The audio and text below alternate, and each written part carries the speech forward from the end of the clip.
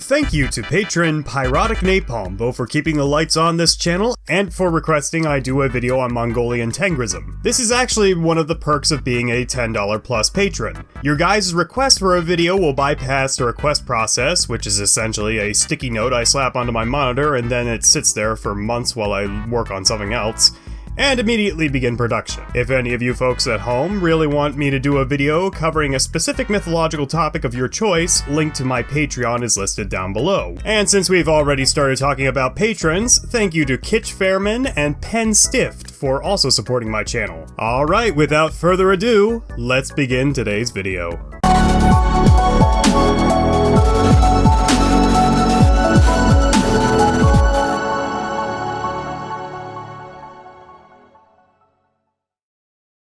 Oh, how the mighty have fallen. Most people today know Mongolia for one of two things. Either A, the Mongolian Empire, led by someone who has a reputation as the most ruthless and bloodthirsty tyrant ever, who created the largest continuous landmassed empire in human history, only being outdone by some white people who were/are hopelessly addicted to tea, but hey, they supply the opium. Or B, the term Mongoloid, which historically is a term used to describe Asian, Polynesian, Native American, and pretty much every other ethnic group with slightly slanted eyes. However, in the modern day, Mongoloid is used as a derogatory term to describe someone with Down syndrome. As before that name was coined, the medical term for such a person was a Mongolian idiot.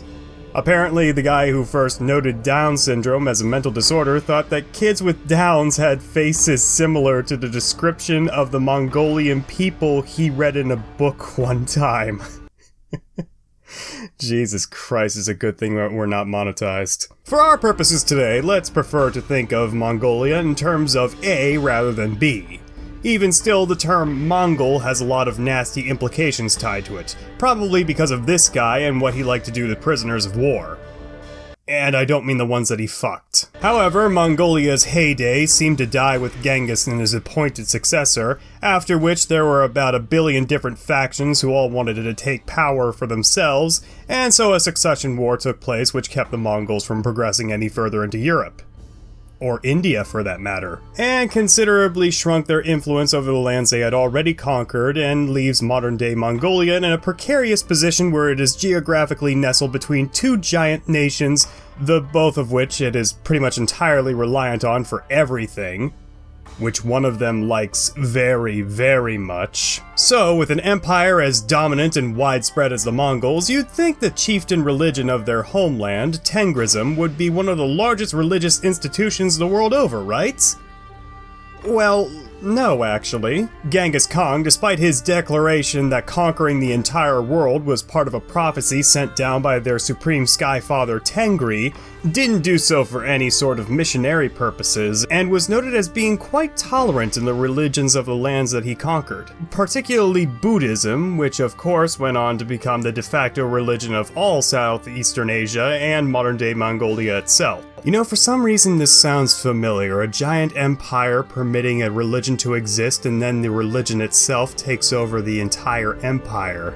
But you know, I'm not really recalling anything off the top of my head. Not that they'd have much luck in their religion sticking around anyway, as the Mongols were notoriously illiterate, and the entire Tengri religion wasn't written down until the Bitig, or Book of Omens, a religious text written in Old Turkish runes on the 15th day of the second month of the year of the tiger. As completely unambiguous as that dating sounds/is, somehow this has led to a lot of scholarly debate as to when this thing was actually written. That's sarcasm for the slow ones. It's generally agreed upon that it was composed sometime around the 9th century AD, and while there are some mythological aspects that we can grasp from it, the majority of the text is dedicated to describing certain omens in some of the most childlike and simplistic terms imaginable.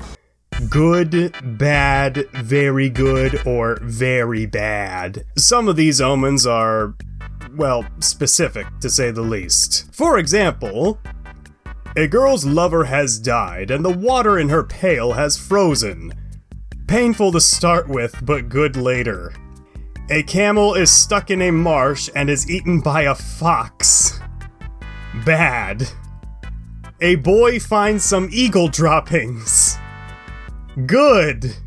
A woman drops her mirror in a lake. Distressing and very bad. And my personal favorite. An abandoned old woman stays alive by licking a greasy spoon. Ambiguous.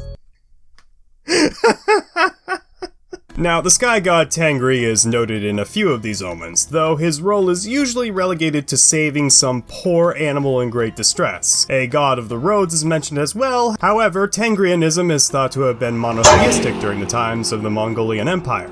So this guy was probably relegated to a spirit of the road rather than an actual god who needed to be worshipped and revered like Tengri. But Messiah! I hear none of you asking as you hover your cursor over the close window option on your browser. Where did the Turks first get the idea of monotheism? I'm glad you asked. You may remember a few months back I did a video expose on Zoroastrianism and how it grandfathered its way into becoming the foremost influential religion ever. Well, guess what? The Turks liked this idea quite a bit too when they heard about it, and pretty much shafted the rest of their gods to keep around Tengri and an evil god of death named Erlik. But Messiah, what do the ancient Turkic people have to do with Mongolia? Read up on the Turks. Ethnically, they aren't relegated to just the Mediterranean, and Turkic mythology has a lot of parallels with Mongolian Tengrism, and a lot more written sources, so we're covering it in today's video. Deal with it. There are only a few gods which we know of in polytheistic Turkic mythology, so in an effort to pad out this video's runtime, let's briefly go over them all. Kok Tengri, stop giggling, as we have already established, is a supreme deity over the sky and the heavenly afterworld called Ukmag. It shouldn't come as a surprise that, like most sky papa deities, Tengri's name is rather lazy once you break it down. It's literally the Turkic word for sky.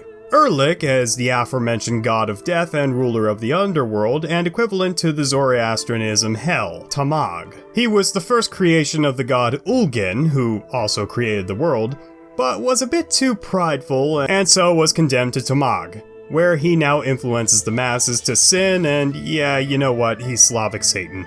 That's the best way I can describe him.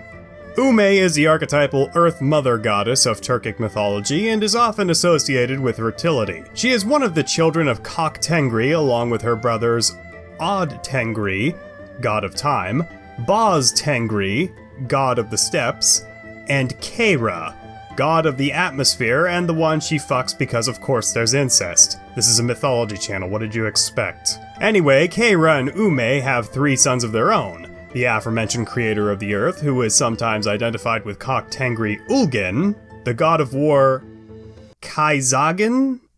Fucking hell, I don't know. And the god of intelligence Mergin. And now for the unremarkables. Ak-Ana, primordial creator of the first batch of humans, who are a lot less interesting than the second batch, but don't worry, we'll be getting to them in just a second here, who is typically associated with water. Ayaz Ata, god of winter and everything associated with it, including ice, snow, and pretty much everything else which makes Siberia unpleasant which isn't gulag related. Day. I'm not saying hello to the Guardian of Earth and Dragon Ball Z, I'm describing the god of the moon, which if you haven't been paying too much attention to this channel isn't all it's cracked up to be.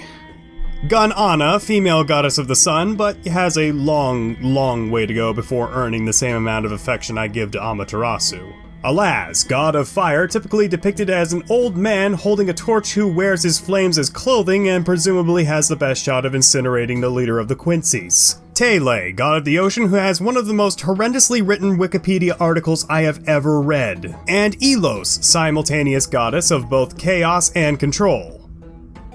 Explain to me how that one works. Alright, so we have all the basics down, but now for one final, very interesting footnote. So the Mongolian people, as well as all Turkish peoples, believe themselves to be the descendants of, get this, werewolves. Well, technically half wolf, half men who were conceived by a she-wolf who finds an infant among the ruins of a torched village who she raises to adulthood just so that she could... Oh. Okay, that's quite enough mythology for one day, thank you very much. Incest I can handle. Furry adoptive mom incest, though? I don't get paid nearly enough for this. Speaking of getting paid, thanks to patron Pyrotic Napalm for sponsoring, commissioning, and indirectly directing this video. Like I said, this same privilege is available to all $10 plus patrons, who are also really cool people who get early access to videos, behind the scenes updates, and moderation privileges over my Discord, and access to my Patreon exclusive miniseries, Academic Ayakashi Archive. Link to the aforementioned Discord is also in the description. Make sure that you join that, as I send out alerts whenever videos go live, because YouTube is a dick about notifying people. And hey, I also have that Parler account, which I occasionally touch, so follow me there. Some of the illustrations, including those of Elos, were provided by our resident channel artist, The Artist for Myths. If you'd like to check out a bit more of his stuff, their Instagram is linked down below. If you aren't subscribed already, I know 76.6% of you watching aren't, along with a like on this video, as both really help me out with the algorithm, and maybe someday we might reach that mythical 1,000 subscriber milestone. In any case, thank you so much to everyone here who's watched until the end. My name is Messiahs of Mythology, and have a God's blessed day.